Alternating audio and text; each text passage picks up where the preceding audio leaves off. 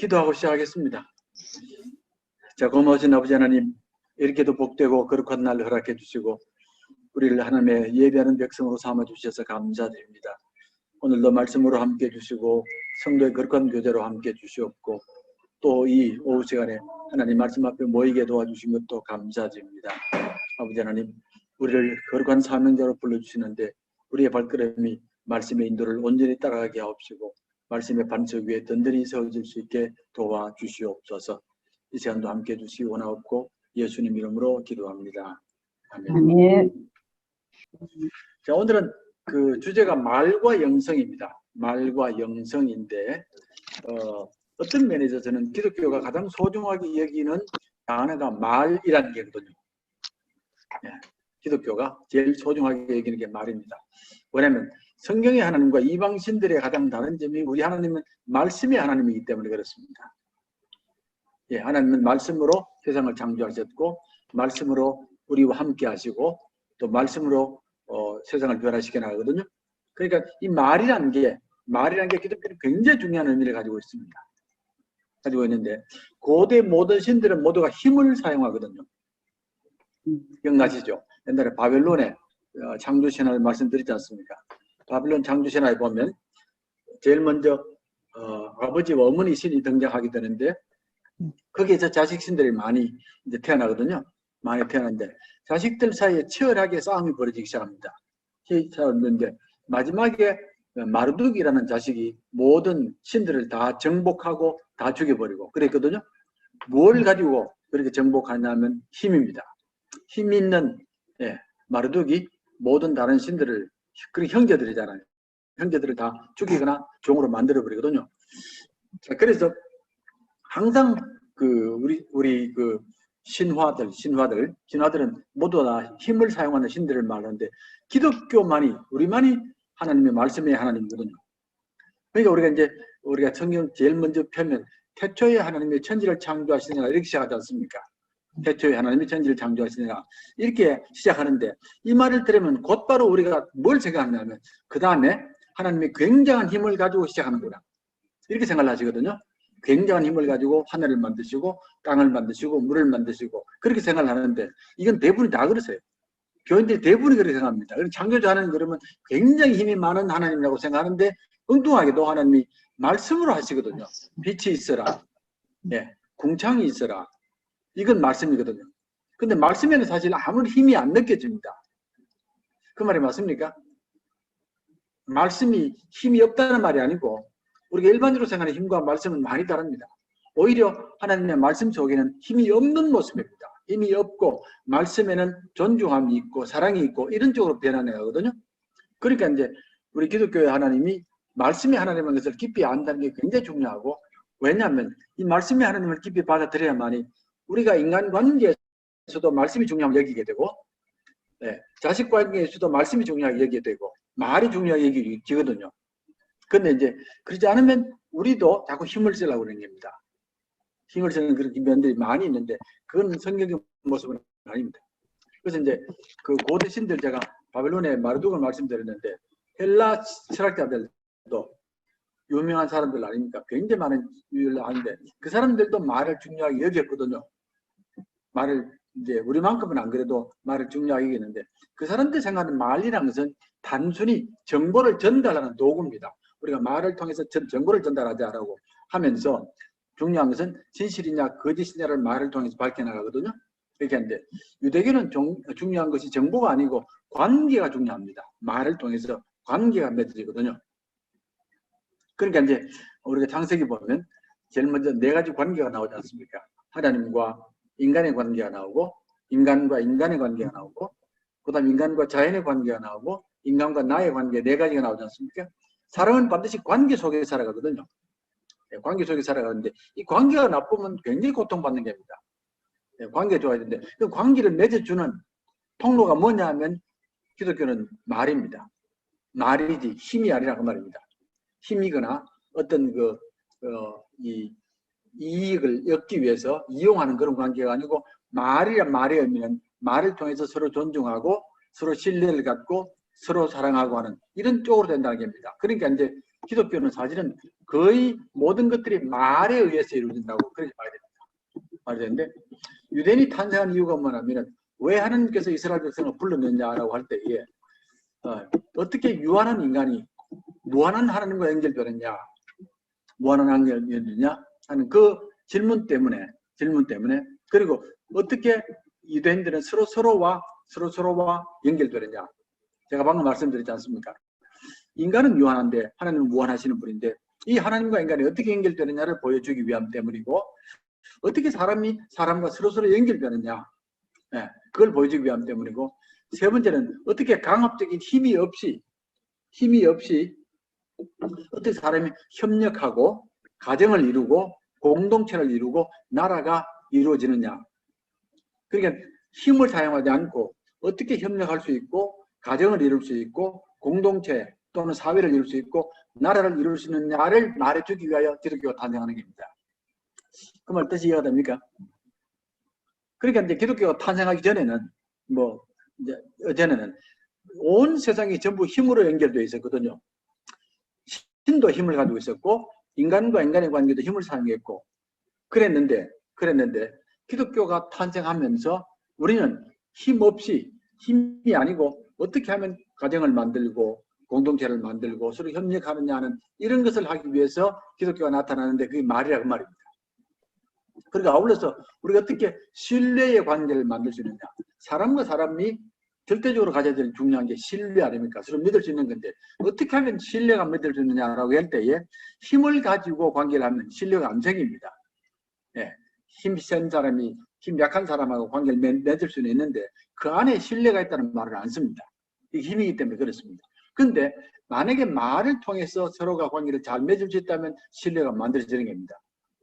그리고 다섯 번째는 우리가 어떻게 내 자유가 다른 사람을 희생시키지 않으면서 집단적 자유를 창조할 수 있느냐. 나 개인의 자유가 있고 우리가 함께하는 자유가 있지 않습니까? 이렇게 하는데 내 자유가 있다고 해서 내가 마음대로 할 수 있는 건 아니거든요. 내가 자유가 있다고 내가 다른 사람 무시하고 마음대로 하는 건 자유가 아닙니다. 당연히 내가 자유가 있지만 그러나 이 자유가 다른 사람을 피해를 주지 말아야 되는데 그럼 어떻게 해야만 되느냐 할 때 답이 뭐냐면 말입니다. 지금 이해가 됐어요, 지금 흐름이? 그러니까 어쨌든 이제 우리가 지금 사회를 생각해 보면 많은 관계가 무엇으로 연결되느냐 하면 힘으로 연결되는 게 많고 또는 그 이용하는 자기 이익을 따라서 관계되는 게 많고 그렇습니다. 많고 그렇게 되는데 그러나 기독교는 이런 관계 속에서 이런 관계가 아니고 새로운 관계를 분명히 만들어야 되는데 그래야만 서로 신뢰하고 서로 자유롭게 되는데 그게 뭐냐고 그럴 때 말이 답이 되는 겁니다. 말이 답이 되면 그러면 이제 기독교는 말을 굉장히 중요하게 여길 수밖에 없습니다. 이게 모든 것의 근본이기 때문에 그렇습니다. 그래서 이제 말의 영성이 있다는 말이거든요. 말의 영성인데 우리가 제일 먼저 이제 하나님이 세상을 창조할 때 말씀으로 창조하지 않습니까? 하나님의 말씀으로 창조하시는데 말씀으로 창조했다는 말의 의미는 뭐냐면 두 가지 의미가 담겨져 있습니다. 하나님은 평화의 하나님이란 말이고 하나님은 인격의 하나님이란 말입니다. 평화와 인격이 두 개 들어갑니다.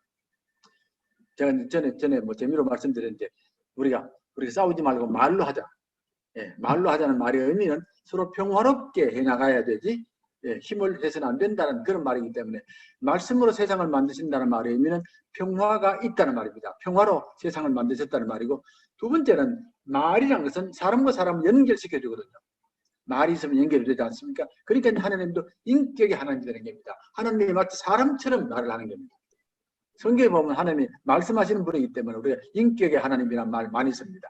하나님은 신비한 존재고 무서운 존재고 어마어마한 힘의 존재가 아니라 말씀을 하시는 존재란 말이기 때문에 우리와 관계가 인격적 관계가 맺어진다 그 말입니다.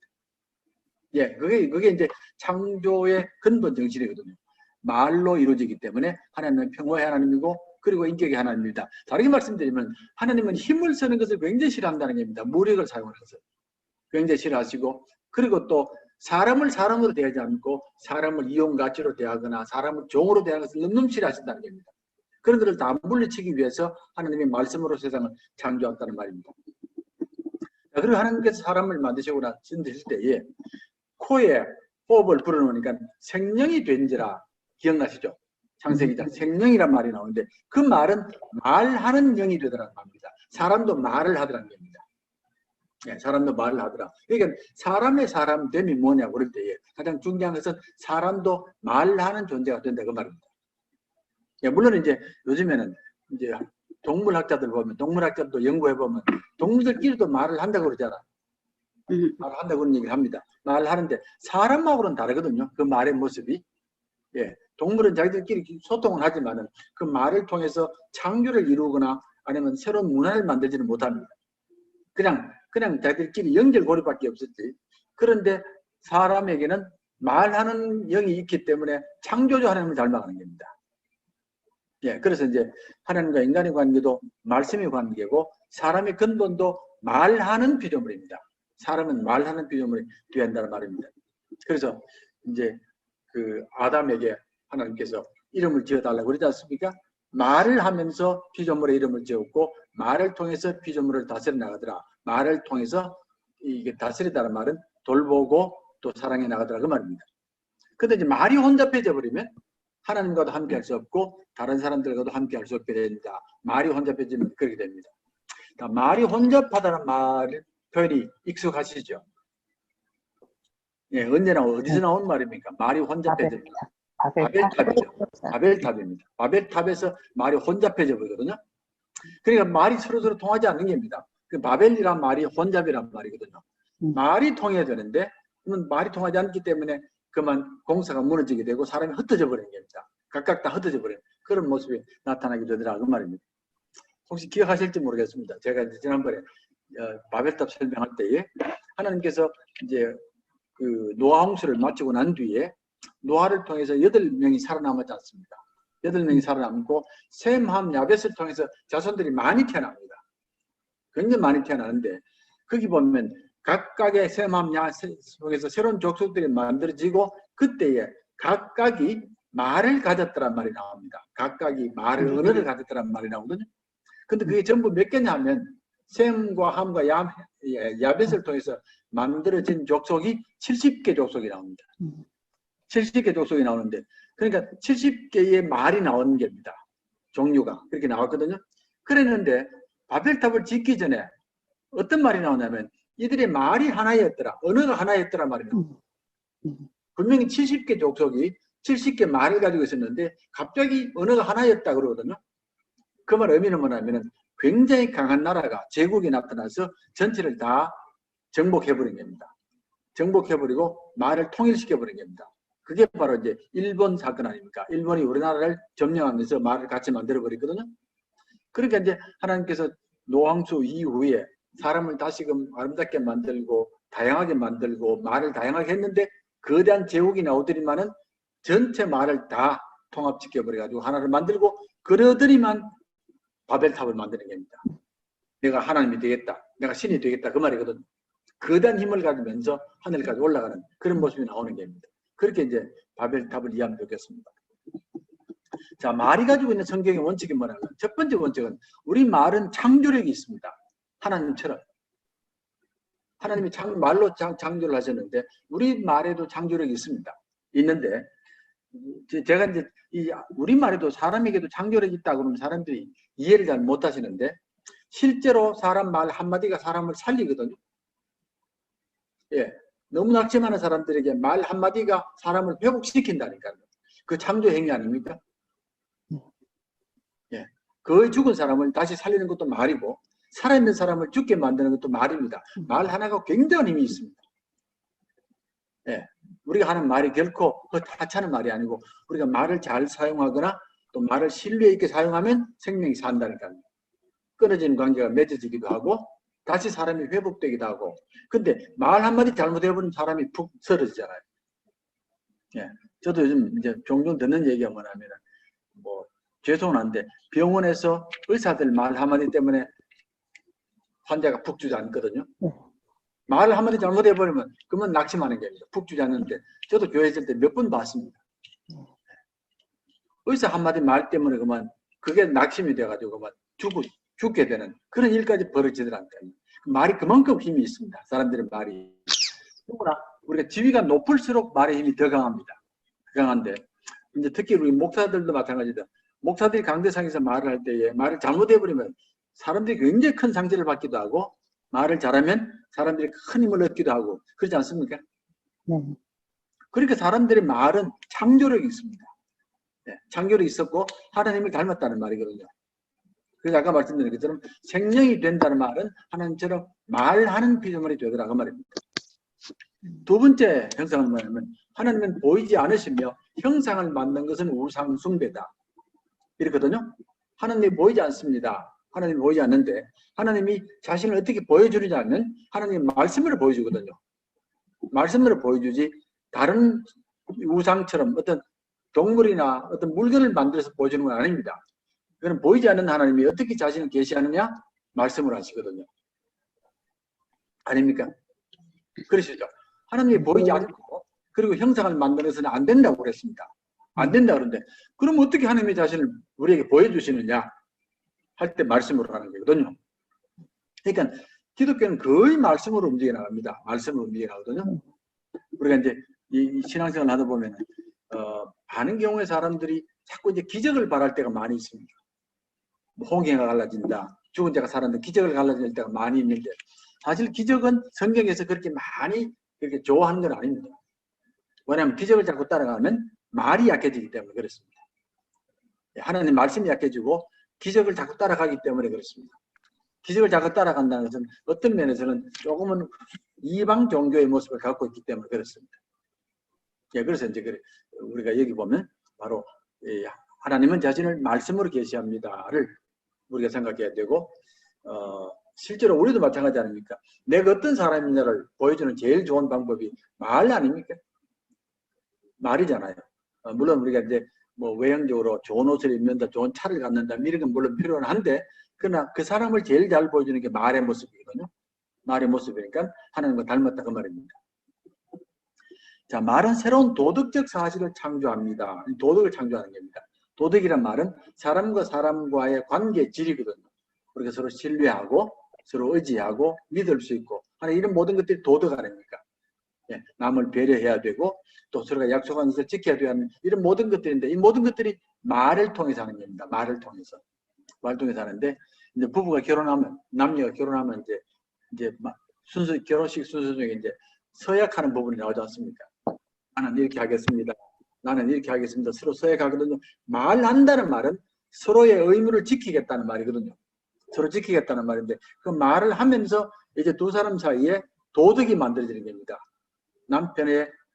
남편으로서의 모습도 나와야 되고 또 부인으로서의 모습도 나와야 되고 이런 도덕이 만들어지게 되는데 그래서 이제 도덕적 사회라는 것은 말과 말이 신뢰가 있을 때 도덕적 사회가 되고 말과 말이 신뢰가 깨지면 도덕이 깨져 버립니다.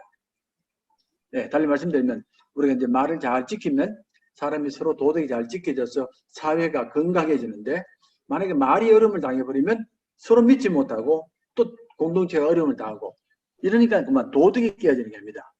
그래서 이제 말에는 세 가지입니다. 이제 창조적 능력이 있다는 것도 기억하시고 또 하나는 하나님이 말로 자신을 계시합니다. 기억하시고 말이 있어야만이 도덕이 만들어집니다. 도덕이 만들어져야지 사회가 만들어지거든요. 그런 면에서 우리가 말이 원죄 생각하면 좋겠고 자, 대표적으로 이제 우리가 신약에 들어가면 예수님 아닙니까? 예수님은 온전히 말씀으로 오시고 말씀으로 사역하셨거든요. 요한복음 보시면 말씀이 육신이 되어 우리 가운데 거하심에 아버지의 독생자 영광이요 말씀이 육신이 되었습니다. 그 말이거든요. 예수님께서 말씀으로 이 땅에 오셔가지고 말씀으로 사역하셨습니다. 제일 먼저 광야 시험 받을 때에 말씀으로 이기시거든요. 예, 돌로 떡이 되게 하라. 꼭 성경 꼭대기에서 뛰어내려라. 또는 뭐 세상 모든 권세를 줄 테니까 내게 절하라고 그랬거든요. 이런 모든 것들은 기적들입니다. 성전에서 뛰어내리고 또 돌로 떡이 되게 하고 또 세상 모든 권세를 가지게 되는 이런 모든 것들은 다 눈에 보이는 기적들인데 예수님이 다 거부하시면서 세 번 다 말씀으로 이기거든요. 하나님만 섬기라고 그러셨고 사람이 떡으로 사는 것이 아니라 말씀으로 산다 하는 이런 말씀을 하셨기 때문에 처음부터 예수님도 하나님처럼 말씀으로 시작하는 겁니다. 그래서 우리가 이제 이 사건을 보면 마치 창조주 하나님을 보는 것과 비슷합니다. 제일 먼저 창조주 하나님이 혼돈과 공허가 많은 그 세상에서 말씀으로 세상을 창조한 것처럼 예수님께서 광야에 계시면서 광야가 혼돈과 공허거든요. 그것이 계속해서 말씀으로 귀신들을 물리치거든요. 귀신들을 물리니까 이게 창조 역사와 같은 겁니다. 그래서 우리가 이제 성경을 아는 분들은 광야의 시험을 이겼다라고 할 때에 이걸 뭐 어떤 큰 힘이 있어서 이겼다고 보는 게 아니고, 아, 창조주 하나님이 이 땅에 오셨구나. 그리고 말씀으로 광야의 사탄들을 물리치고 혼돈과 공허를 물리치구나. 이렇게 보이게 되는 겁니다. 당연히 이제 마가복음 1장 14절 15절을 보면 하나님의 나라 선포하지 않습니까? 때가 찼고 하나님의 나라가 가까이 왔다. 하나님의 나라가 선포되는 것도 말이 되는 겁니다. 이것도 이제 우리가 연결하면 어떻게 되냐면, 우리가 어떤 나라를 만들 때는 당연히 나라를 만들기 위해서는 제일 먼저 땅이 있어야 되고 다 있어야 되지 않습니까? 그런데 예수님은 말씀으로 선포를 하셔서 하는 나라를 시작하시거든요. 아무것도 없는데 말씀으로 하는 나라를 선포하는 겁니다. 그래서 이 나라가 말씀의 나라고 평화의 나라고 인격의 나라이지 어떤 세상적인 그런 힘을 가지고 시작된 나라가 아니다고 하셨고, 그 다음에 이제 세 번째로 그 밑에 말씀으로 귀신을 물리치고 병을 고치셨습니다. 이것도 마찬가지입니다. 귀신을 고칠 때에 말씀으로 했고 병도 고치셨는데, 이게 이제 창조주 하나님의 말씀이 사람들에게 임할 때에 귀신이 따라가고 또 병든 사람에게 임할 때에 병이 고쳐지더라. 하나님의 역사가 나타나는 겁니다. 그래서 이런 모습들이 예수님 사역에 많이 나타나는데, 이런 모습들이 바로 창세기 1장이 나오는 혼돈과 공허를 물리치고 이 땅에 새로운 창조를 만들어가는 그런 하나님의 모습을 보여준다고 보면 됩니다. 자, 말씀 자체의 능력이 있었기 때문에 말씀하시자 곧바로 이루어집니다. 즉 창조주 하나님의 모습이 나타납니다. 이렇게 되는 겁니다. 처음에 사람들이 예수님 왔을 때에 도대체 예수님이 어떤 분이냐고 질문을 많이 합니다. 도대체 예수님이 누구냐? 분명히 나사렛에서 요셉의 아들인데 누구냐고 할 때에 바로 이 말을 하시는 모습 속에서 창조주 하나님이구나, 삼일체 중에 한 분이라고 우리가 알 수 있게 되는 겁니다. 자, 성도들에게 중요한 말의 중요성이 뭐냐 합니다. 성도들의 말에는 적어도 세 가지가 있어야 됩니다. 하나는 진실함, 진실이 있어야 되고, 두 번째가 책임이거든요. 말에 대한 책임. 세 번째가 생명입니다. 성도들에게는 진실과 책임과 그리고 생명입니다. 생명인데, 때로는 폭력보다 더 큰 힘을 가진 것이 바로 말이거든요. 말인데, 레위기 19장 16절 보면 너는 내 백성 중에 돌아다니며 사람을 비방하지 말며 내 이웃의 피를 흘려 이익을 도모하지 말라. 나는 여호와니라 그랬습니다. 자, 사람을 비방하지 말고 이웃의 피를 흘려 이익을 도모하지 말라. 그런 말들인데, 이 모든 모습들은 다 이방 사람들의 모습입니다. 이방 사람들이 이렇게 하거든요. 우상을 섬기는 사람들. 그런데 우리 하나님을 믿는 사람들은 비방하거나 이익을 도모하는 그런 모습이 되어서는 안 된다라고 그런 얘기를 하는데, 우리가 이제 그 산상수훈에 보면 예수님께서 하신 말씀 중에 형제를 향하여 나가라 하면 지옥불에 던질 것이요. 기억납니까? 기억나시죠?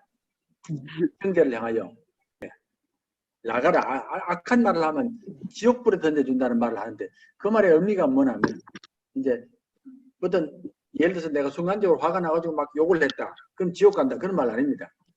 제일 먼저 보면 앞에 보면 우리가 형제들을 향해서 만약에 제일 먼저는 화를 내거나 그 다음에 아주 비난하거나 마지막에 네가 바보처럼 바보 같다고 이렇게 말하는 게 점점 깊어지지 않습니까? 말이. 예, 처음에는 화를 내고 두 번째는 비난하고 세 번째는 완전히 비천하게 여겨버리거든요. 이런 모습이 지옥불에 빠진 모습인데, 이 말의 이 죄악은 세 가지 죄악을 합친 것보다 더 큰데, 어떤 죄악이냐면 첫 번째는 우상 숭배입니다. 말을 함부로 하는 사람은 우상을 숭배하는 사람과 같다는 그 말이거든요. 두 번째의 죄는 다른 사람의 피를 흘리는 것. 고백에 나와 있지 않습니까? 이웃의 피를 흘려 고백에 나오고, 세 번째가 부정한 성적 관계인데, 그러니까 제가 지금 비방의 죄라고 그러는데 악플이라고 써놨거든요. 악플이라고 써놨는데, 우리가 이제 요즘에 악플 때문에 사람이 많이 고통을 많이 받는데, 악플은 하나님 앞에서는 세 가지 죄를 합친 것보다 더 나쁜 죄악입니다. 우상 숭배, 피를 흘리는 것, 부정한 성적 관계, 이것보다 말이 더 악하다는 겁니다. 그래서 이웃을 비방하면 하나님을 비방함이고, 악한 말은 파괴적일 뿐 아니라 신성모독이다. 신성모독이라고 했습니다. 그래서 이제 그 뒤에 산상수훈에 보면 나는 너에게 이르노니 형제에게 노하는 자마다 심판을 받게 되고 형제는 그러구나. 그 뒤에는 잘못 적인 거예요. 예. 그 다음에 형제를 대하여 나가라 하는 자는 공회에 잡혀지게 되고 미련한 놈이라 하는 자는 지옥불에 들어가리라. 지금 무슨 말인지 아시죠? 예, 그러니까 지금 어떻게 되냐면, 예, 이 부분을 두 분 겹쳤네요. 예. 그렇죠? 그러니까 형제에게 노하는 자마다 심판을 받게 되고 형제에 대하여 나가라 하는 자는 공회에 잡혀가게 되고 미련한 놈이라 하는 자는 지옥불에 들어가리라. 지옥불인데 이게 하나 둘 점점점 깊어지는 겁니다. 처음에 심판받다가 다시 또 공회에 잡혀가고 그 다음에 지옥불에 들어가는 겁니다. 그러니까 이제 말이라는 것이 이렇게 무섭다는 것을 말씀해 주는 그런 말씀이다라고 되겠고요. 성경과 말씀입니다. 성경은 하나님의 말씀을 담고 있는 책이기 때문에 우리 예수 믿는 사람들이 가장 중요하게 여기는 책인데 말씀을 통하여 자신을 계시했습니다. 자신을 계시하는 내가 누구다라고 알려주는 가장 큰 통로가 바로 성경입니다. 성경을 통해서 하나님의 자신을 계시해 나가는 겁니다. 우리가 이제 하나님 계시받는 방법들이 많이 있습니다. 어떤 분들은 이제 꿈에 하나님을 본 사람도 있지 않습니까? 꿈에 본 사람도 있고 어떤 사람들은 큰 어떤 은혜를 받아서 하나님을 보는 사람도 있고 아니면은 큰 기적의 역사가 나타나서 보는 사람도 있는데 하나님의 가장 큰 통로가 말씀의 통로입니다. 그래서 우리가 참 하나님이 살아계시고 하나님이 나와 함께 하신다는 것을 늘 감사하는데 그럴 때마다 우리가 더 헌신할 쪽은 말씀이다라는 것. 그 다음에 이제 말씀에 있어서 중요한 것 중에 뭐냐면 언약입니다. 하나님과 우리 사이에 말씀의 모습은 언약과도 같습니다. 언약과도 같기 때문에 제가 전에 말씀드렸지 않습니까? 신의 산 계약에 언약이라는 것은 하늘과 땅을 묶는 것으로서 하나님과 백성은 신뢰 안에서 말을 하고 신뢰 안에서 듣고 신뢰 안에서 서로 존중합니다. 하나님의 백성들이 하는 말은 항상 언약 가운데서 이루어져야 되지 언약을 벗어나서 비방하거나 또 피를 흘리거나 이익을 추구해서는 안 됩니다는 그게 이제 우리가 가지고 있는 말의 근본적인 정신입니다. 자, 훗날 이스라엘 백성들은 모든 것을 다 잃어버렸으나 말씀만은 잃지 않았고 그 말씀으로 다시 일어났습니다. 이스라엘 백성들이 바벨론 포로로 끌려갔을 때에 모든 걸 다 잃었지 않습니까? 땅도 잃어버렸고 성전도 잃어버렸고 다 잃어버렸는데 남은 게 있거든요. 말씀을 남았습니다. 말씀을 남았고 그 말씀을 가지고 다시 일어났고 특별히 에스라가 다시 자기 땅에 돌아오면서 말씀에 전적으로 헌신하지 않습니까? 그리고 그 뒤에도 로마에게 공격을 받을 때 이 백성들이 전부 전 세계로 흩어지는데 그래도 이 사람들은 어디 가도 말씀을 가져갑니다. 그러니까 이 백성이 안 사라지는 겁니다. 에스라가 여호와 율법을 연구하여 준행하며 율례와 규례를 이스라엘에게 가르치기로 결심하였더라. 바벨론 포로로 끌려왔을 때에 가장 중요한 율법을 연구해서 율례와 규례를 지키기로 결심하였다라고 그렇게 말하는 겁니다. 그래서 이제 제가 오늘 말씀드린 거는 우리가 그 말씀이란 말을 많이 씁니다. 기독교는 말씀이란 말을 많이 쓰는데 말씀이라는 게 단순히 그저 여러 가지 많은 것들 중에 하나가 아니고 우리 신앙의 중심입니다. 영성의 중심입니다. 그리고 성경의 중심 아닙니까? 실제로 우리의 말이 항상 하나님의 말씀을 따라서 살아갈 수 있어야지 참 성도로서의 모습을 갖습니다. 야고보서도 그러지 않습니까? 말을 제어하는 사람이 가장 성숙한 사람이라고 하는 그런 말씀을 하시는데 그래서 우리가 말에 영성이 있습니다. 꼭 기억하시면서 우리 말이 하나님의 뜻에 따라서 이루어져야 되고 우리 말을 통해서 생명을 살려야 되고 진실을 살려야 되고 또 도덕을 살려야 되고 하는 이런 책임이 있다는 것 지금 말씀드리겠습니다.